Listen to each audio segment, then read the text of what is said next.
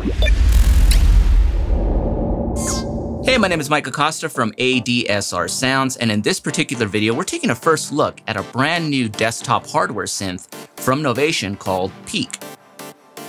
Now, it's been incredibly fun using this machine here in the studio for the last 2 weeks or so. I've had a lot of fun just going and digging in through all of its features and messing with the sounds. Really great sounding synth. Now in this video, I'll be covering some of the basic functions of Peak, along with its key features. I'll also be going through some of the factory presets, as well as some custom presets that I designed in it myself. I'll be covering things like the effects, the analog filter, the analog distortion, and of course discussing the heart and soul of what Peak is, which is Novation's brand new Oxford Oscillators. So let's get started.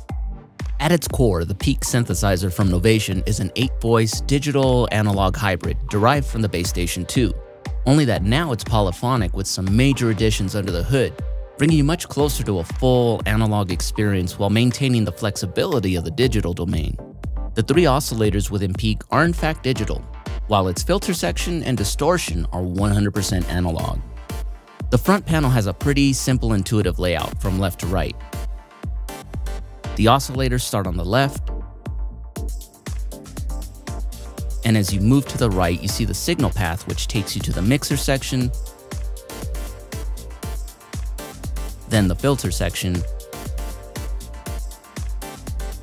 to the final effects portion at the end of the path, with the arpeggiator, dual LFOs, ADSR, and mod envelopes right above.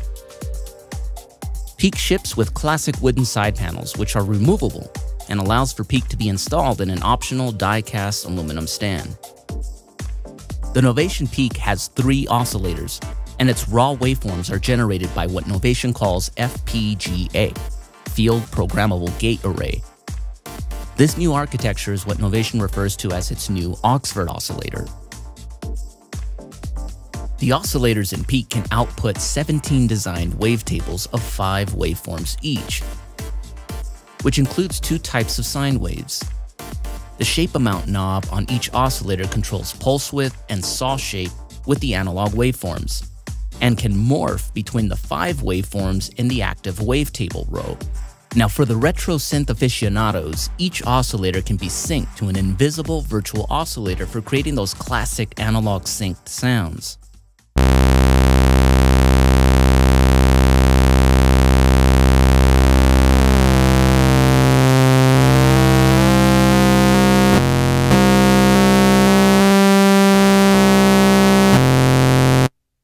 If you really want to capture the characteristics of classic analog synthesizers, applying Peak's drift and divergence to the oscillators randomly injects slight pitch variations per voice, which mimics the imperfections of classic VCOs for a very realistic analog experience.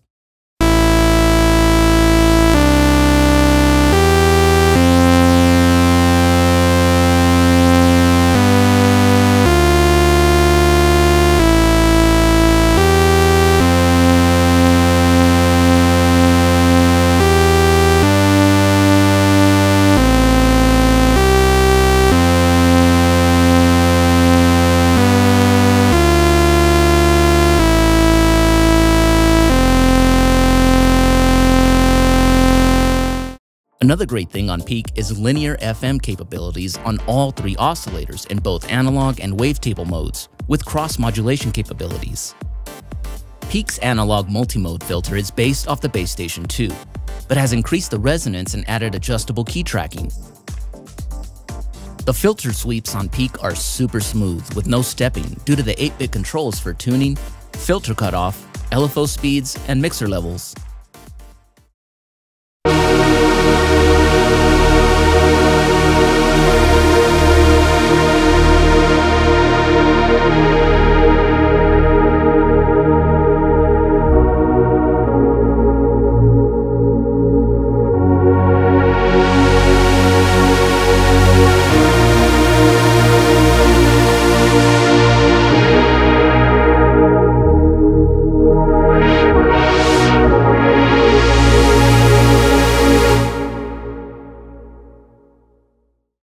The Novation Peak has an incredible 16-slot mod matrix.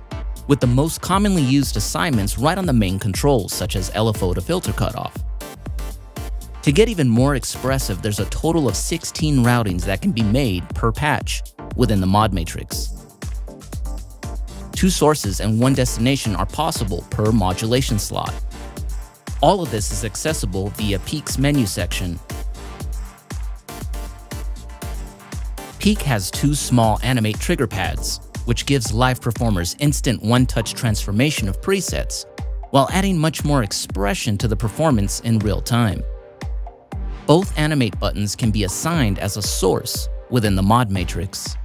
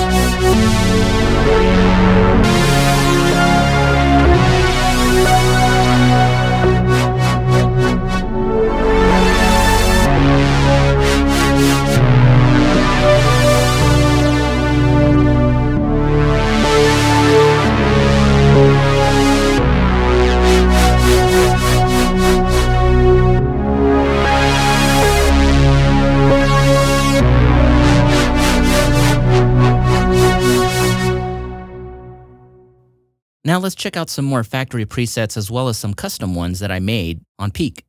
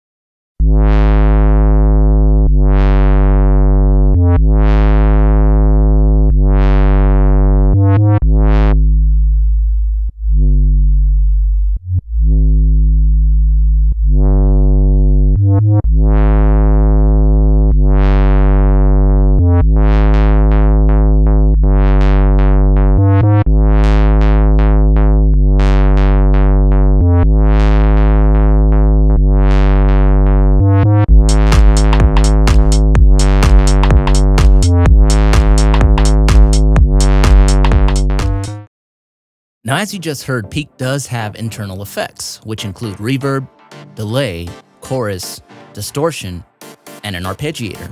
The reverb algorithm is really good and has a super long tail, which you normally don't find as a standard in many synths.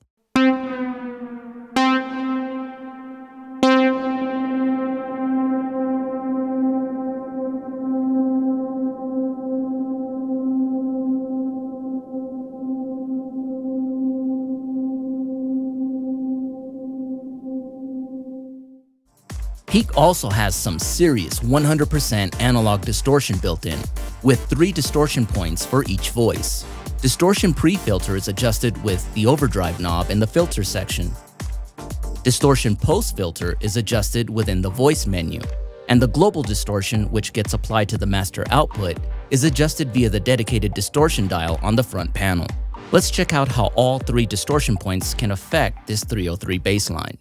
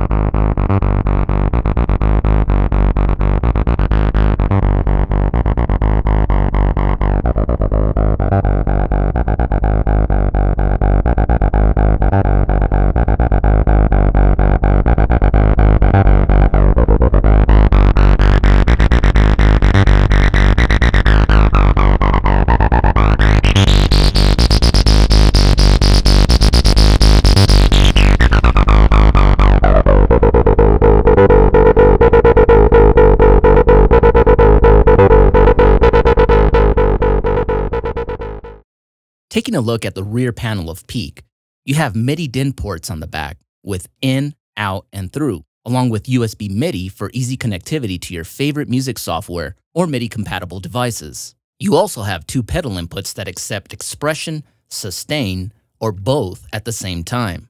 Peak also has CV inputs on the back, which allow for seamless integration with analog modular systems, including Eurorack. And you also have a set of stereo analog audio outputs, as well as a 1/4-inch headphone jack connection. So as you can see, Peak has a lot of really cool functions that are easy to access right from the front panel, making it very simple to start programming your own sounds. Now don't be fooled, there's a lot of really cool things under the hood for some serious deep synthesis programming. Serious sound designers and guys that really want to explore Peak will have a field day going through all the different functions that are under the hood for creating some very interesting and unique soundscapes. Now, I've gotten a lot of questions on my social media channels over the last couple of weeks as I've posted a lot of pictures with the Peak synthesizer in my studio. And a lot of people want to know exactly what it sounds like or what I personally think or how to describe it. And my response has kind of been this. I see it as a very souped up, super duper polyphonic Bass Station 2 on super duper mega steroids. I don't know. That's the best way I can kind of describe it. It's got that tone of the Bass Station 2, but because of all the additional things and goodies that they've added in, you can really get it to sound like some other very popular vintage synthesizers. And it does come really close to having a truly full analog experience. It sounds great. Now, the price tag on the Peak synthesizer is going to be about $1,299 US.